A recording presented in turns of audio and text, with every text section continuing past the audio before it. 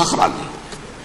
یہ ہماری کمٹمنٹ ہے مذہبی یہودیوں کے ساتھ کہ ہم یہاں پر جو ہے ٹیمپل بنائیں گے, تھرڈ ٹیمپل, ہیکل سلیمانی کی تیسری مرتبہ تعمیر یہاں ہوگی. لیکن ظاہر بات ہے فلسطینی کیسے مان لیں, مسلمان کیسے مان لیں؟ یہ ہے وہ چیز کہ جس کی وجہ سے وہ سارا معاملہ ناکام ہوا. ویسے مجھے یقین ہے کہ اگر فلسطینی مان بھی لیتے تبھی یہودی جو ہے جس طریقے سے اسحاق ربیون کو اس نے قتل کر دیا تھا تو یہ اس کو بھی, یہود باغ کو بھی قتل کر دیتے, اور وہ کسی صورت تسلیم نہ کرتے کہ یہ یروشلم جو ہے یہ ان ڈیوائیڈڈ سٹی نہ رہے بلکہ ڈویژن ہو جائے اس کی, اور صرف مغربی حصہ ہمارے پاس رہ جائے اور مشرقی جو ہے عربوں کے پاس, کبھی تسلیم نہیں کرتے, مر جائیں گے. اب دیکھیں اس وقت شکل کیا ہے. میرا اندازہ یہ ہے کہ اب جو مذہبی یہودی ہے ان کے صبر کا پیمانہ لبریز ہو گیا ہے, اور اب ایک مڈ وے آدمی اس وقت وہاں پر آ گیا ہے, ٹوپی والا. اگرچہ وہ پریکٹسنگ یہودی اس طرح کا نہیں ہے, داڑھی والا نہیں ہے, زلفوں والا نہیں ہے وہی کوٹ پینٹ والا, لیکن یہ کہ اوپر رکھتا ہے وہ ٹوپی. ایریل شرون اور انتہائی سفاک, جس نے کہ فلسطینیوں کے 2 کیمپ ایسے اڑائے تھے جیسے کہ چیونٹیوں کیا ہو لشکر اور ان کو پاؤں تلے رون دیا جائے, اس طریقے سے ختم کیا تھا. بہت بڑا قاتل, مرڈرر, وہ وزیر اعظم ہے. اور اب جو ہے ان کے صبر کا پیمانہ لبریز ہو گیا ہے. اب ان کا فیصلہ یہ ہے کہ انہیں 3 بڑے بڑے قدم اٹھانے ہیں. نمبر 1, فلسطینیوں کا خاتمہ, ایتھنک کلینزنگ. اگر یہ فلسطینی رہتے ہیں یہاں پر تو اگر 10 ہم ان کے ماریں گے تو 2-3 یہ ہمارے مار دیں گے. تو اسرائیلی کی جان تو بہت قیمتی ہے, یہ تو خیر 1000 بھی مر جائے تو کوئی بات نہیں, یہ تو کیڑے مکوڑے ہیں, جنٹائلز ہیں, گوئمز ہیں, یہودی وہ مر گئے, لہذا ان کا ٹنٹا بکاؤ, اب ان کو ختم کرو. وہ اشتہار شاید آپ کے نظروں سے گزرا ہوگا جس میں نے یہ الفاظ لکھے ہیں کہ بوسنیا کی ایتھنک کلینزنگ جو ہے ماند پڑ جائے گی, اور جو کچھ ایتھنک کلینزنگ ہوئی تھی 500 برس قبل ہسپانیہ میں, اس کا نقشہ آپ دیکھیں گے دنیا میں. اس وقت کیا ہوا تھا, عربوں کو, مسلمانوں کو یا جلا دو, قتل کر دو, یا جہازوں میں ان کو ڈمپ کر ہوئے اور لے جا کر شمالی افریقہ کے ساحل کے اوپر اتار دو اور ڈمپ کر دو. ایک بچہ بھی نہیں رہنے دیا تھا ہسپانیہ میں. 1492 میں سقوط غرناطہ ہوا ہے, اور اس کے بعد 10 سال کے اندر اندر ایک ایک بچہ مسلمانوں کا ختم کر دیا. یہ ہے فیصلہ ان کا. اب بہت بڑا قدم وہ اٹھانے پر مجبور ہے. کب تک آپ رہیں گے؟ ہمارے لوگ مارتے ہیں, 16 نوجوان ہمارے مار دیے. لیکن آج گھر تھا, اس میں ایک چلا گیا فلسطینی, بم اپنے جسم سے باندھ کر وہاں اڑا دیا, خود بھی اڑ گیا, 16 ان کے نوجوان اڑ گئے.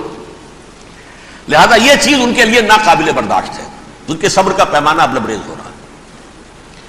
نمبر 2, انہیں بہرحال اب یہ کرنا ہے کہ مسجد اقصی کو گرائیں, قبۃ الصخرہ کو گرائیں اور ٹیمپل بنائیں.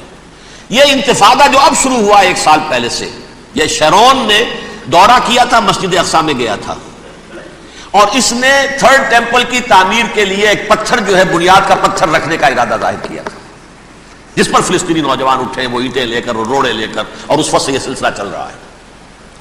کتنے مارے جا چکے فلسطینی, لیکن کچھ نہ کچھ یہودی بھی مرے, اسرائیلی بھی مرے. اور جیسا کہ میں نے عرض کیا, اب ان کے صبر کا پیمانہ لبریز ہو گیا. انف از انف. اب ہم اس معاملے کو ایک دفعہ جو ہے فائنلی ختم کر دیں اور اب بنائیں گے. لہذا اب جو ہے کئی ٹن وزن کے وہ جو پتھر تیار ہو کر آگے رکھ دیے گئے ہیں کہ یہاں یہ بنیاد پڑنی ہے, اس کے اندر یہ پتھر لگے. بلکہ ایک لطیفہ بھی مجھے یاد آیا ہے, یہ کوئی 30 سال پرانی بات ہے. اس قبۃ الصخرہ کی مرمت ہوئی تھی, تو اس کے اوپر جو یہ سونے کی پتری چڑھی ہوئی ہے, یہ شاہ حسین اردن والے جو ہے, ظاہر بات تھا بھی انہی کے تسلط میں, یہ انہی کی تولیت میں تھا سن 67 سے پہلے, اس زمانے کی بات میں کر رہا ہوں.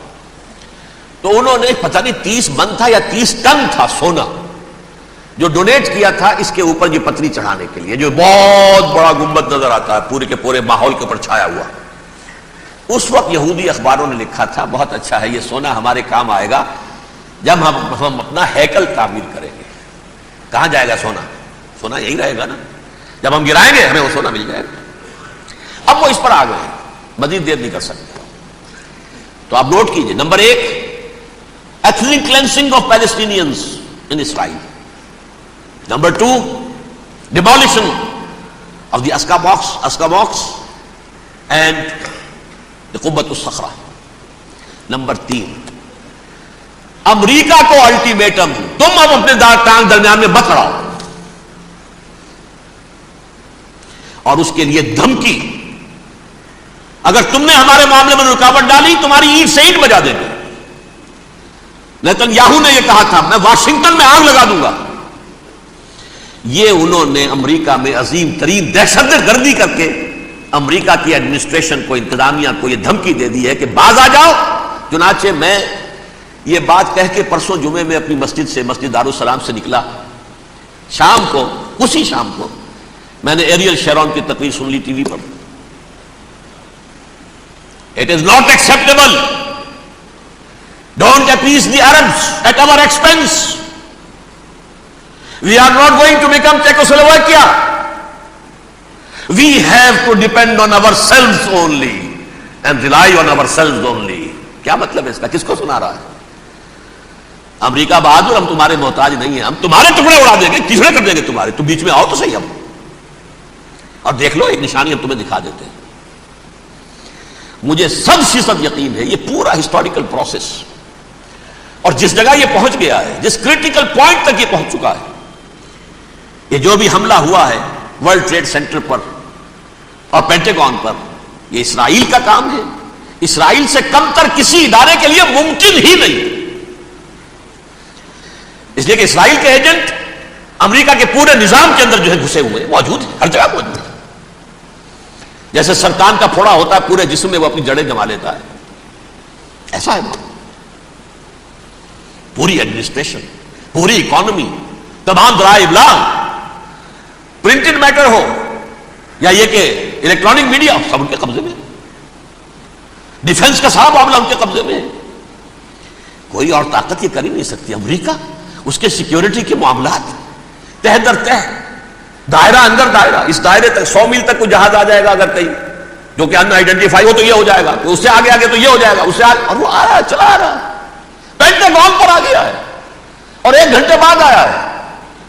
پہلی سٹرائک جو ہوئی ہے ورلڈ ٹریڈ سینٹر، اس کے 1 گھنٹے کے بعد پینٹاگون پر آ گیا۔ پینٹاگون وہ تو یوں سمجھیے ان کی مملکت کا حساس ترین دفاع کا مرکز، اور اس کا 1/3 حصہ جلا کے راکھ کر دیا انہوں نے یہ دھمکی دی ہے۔ لیکن اس سے ان کے پیش نظر مقاصد کیا تھے؟ 3۔ اس دہشت گردی کے 3 مقاصد۔ فوراً اس کا رخ موڑ دینا اسامہ اور اس کی القاعدہ کی طرف،